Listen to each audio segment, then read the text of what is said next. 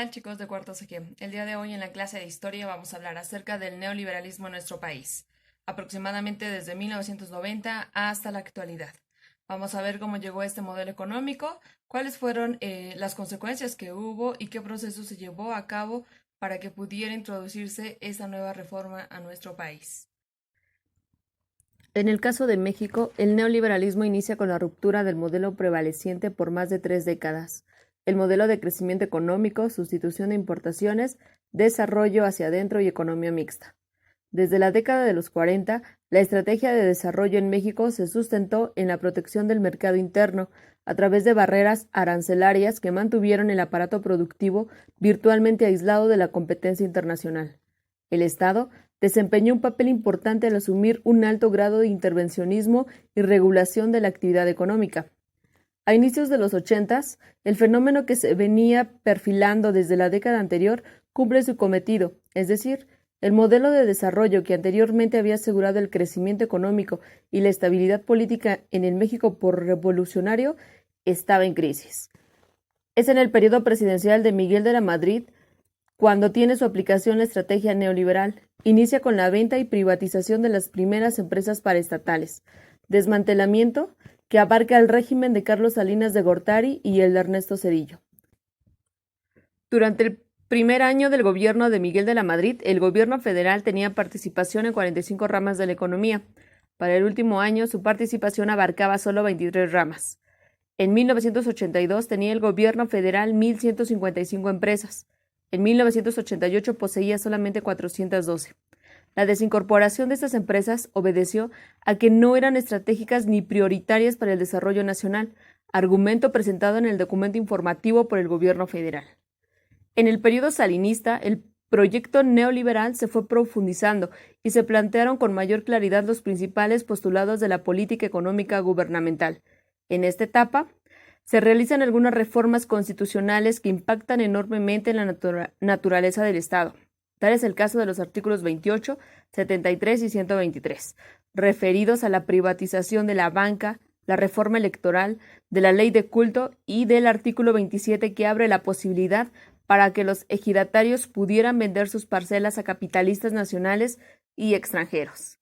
En efecto, con las modificaciones realizadas al artículo 27, se buscó crear las condiciones para definir un nuevo perfil de la propiedad agrícola, abriéndose la posibilidad de participación del capital privado nacional y extranjero en las tierras ejidales y comunales, además de ser objeto de compra, venta, arrendamiento y de contratos de asociación. Se buscaba también incrementar la productividad y capitalizar las actividades agrícolas con el apoyo del sector privado, es decir, la modificación al artículo 27 forma parte de la reestructuración de la economía mexicana en general en un nuevo modelo de inserción en el mercado mundial. Las políticas neoliberales en el medio rural se traducen en reformas al artículo 27 constitucional para cancelar el reparto agrario, acelerar la entrada al libre mercado de la tierra ejidal y comunal, liberalizar la mano de obra y fomentar la producción agropecuaria y forestal a gran escala, vía inversión del gran capital industrial nacional y extranjero. Desmantelamiento y privatización de las instituciones de servicio y crédito del sector agropecuario, así como la infraestructura productiva. Retiro de subsidios y precios de garantías de todos los productos agropecuarios. Orientación de la producción agrícola al mercado internacional, es decir, la exportación. Implementación de programas asistenciales para los campesinos pobres que, al ser considerados sectores infuncionales, quedan excluidos del esquema de desarrollo. El neoliberalismo continúa con la suscripción del Tratado de Libre Comercio de América del Norte entre México, Estados Unidos y Canadá en enero de 1994, representando con ello su entrada a la economía global al conformar la mayor área comercial de Norteamérica, anunciado como el instrumento contundente al crecimiento económico y social que el país necesitaba. En la cuestión agropecuaria, el TLC generó expectativas para alentar la expansión del sector agroexportador. No obstante, las asimetrías económicas y sociales con la economía norteamericana y la economía canadiense. La incorporación de México al tratado ha venido a ser un eje estratégico para forzar a la modernización del sector agropecuario. Los productores que reunieron las condiciones inmediatas para elevar la productividad, reducir costos y vender a precios competitivos han sido los beneficiarios de este cambio estructural. Alrededor del 5% en total. Los productores que no han sido capaces de hacerlo, 95%, están condenados al desplazamiento del mercado, su producción a ser sustituida por importaciones de alimentos y materias primas provenientes de sus socios comerciales. Posteriormente, en los años de 1994 al 2000, el periodo presidencial de Ernesto Zedillo, el neoliberalismo continuó su marcha. En el plano constitucional, modifica el artículo 28 con el objetivo de permitir la participación del capital privado en las áreas de comunicación, vía satelital y los ferrocarriles. Crea las AFORES, transformando con ello la seguridad social de los trabajadores, y se compromete con el capital financiero internacional para privatizar la petroquímica y la industria eléctrica. La política neoliberal de Vicente Fox Quesada, del 2000 al 2006, se encaminó bajo el mismo esquema que sus antecesores, al ponerse al servicio del capital transnacional y buscando cancelar los derechos de la nación y de los mexicanos. Dentro de las acciones realizadas en este periodo se puede hacer mención, entre otras, de la continuidad en intentos por privatizar la industria energética, a la privatización de la educación superior, reduciendo y suprimiendo en gran medida el presupuesto otorgado a las universidades públicas, a la privatización paulatina de los servicios de salud y a la tendencia creciente de la desaparición de la seguridad social de los trabajadores.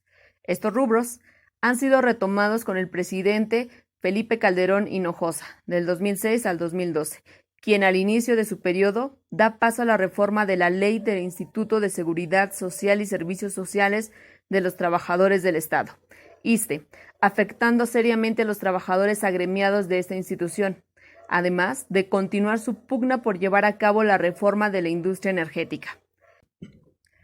El legado económico y social del neoliberalismo al concluir el foxismo e inicio del periodo presidencial de Felipe Calderón se resumen en el estancamiento económico, con un crecimiento de apenas del 2.4%, la falta de empleos formales, el grave deterioro de los salarios reales, la concentración de la riqueza y la exclusión social, un mayor flujo temporal y permanente de trabajadores hacia los Estados Unidos en búsqueda de mejores expectativas de vida, una creciente dependencia de las familias de las remesas de los trabajadores migratorios para atenuar sus bajos niveles de vida.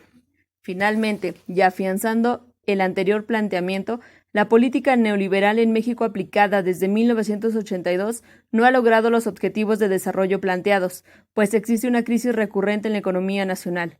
El crecimiento sostenido no ha podido lograrse y existe el padecimiento de inflaciones constantes, desempleo, inseguridad, pobreza, etc., demostrando con ello su incapacidad para generar el bienestar que tanto se pregonaba. El narcotráfico se transformó en un problema de seguridad nacional. Tanto la policía como los organismos civiles y judiciales fueron desplazados por las Fuerzas Armadas. Una visión global y hegemónica de lucha contra el terrorismo y el narcotráfico se adueñó del escenario.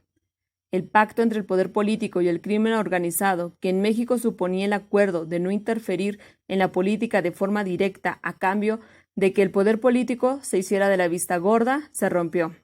El comercio, tráfico y producción de coca, marihuana y amapola puso a México en la ruta de lavado de dinero y financiación de la contrarrevolución en Centroamérica y el Caribe.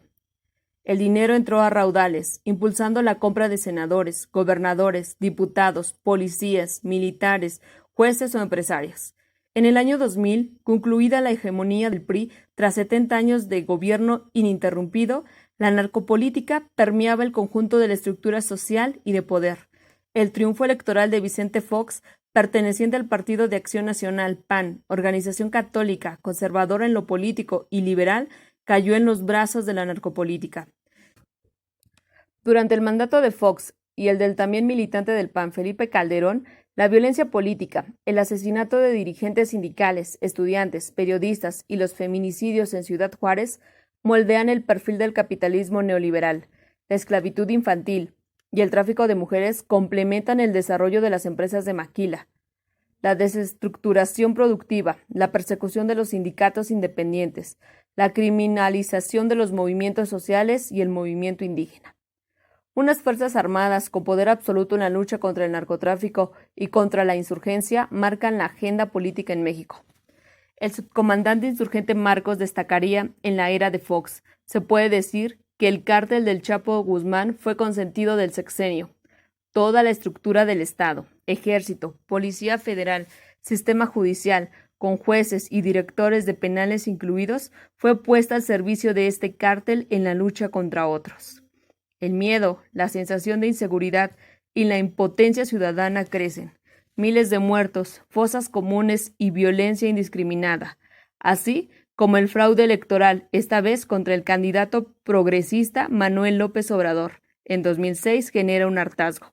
El sexenio de Felipe Calderón, inmerso en denuncias de corrupción y complicidad con el narcotráfico, continúa su plan de reformas estructurales. Los servicios públicos básicos se desmantelan y un Estado laico ve cómo la Iglesia gana en presencia política. Pobreza, desigualdad, conflictividad laboral y social son los resultados de estas políticas de exclusión social del neoliberalismo. Los cárteles del crimen organizado imponen su ley y las políticas antidrogas fracasan. Hoy, las movilizaciones ciudadanas que sacuden a México reclaman un cambio, el fin de la narcopolítica y de un régimen corrupto en manos del neoliberalismo y el crimen organizado. México clama por su dignidad.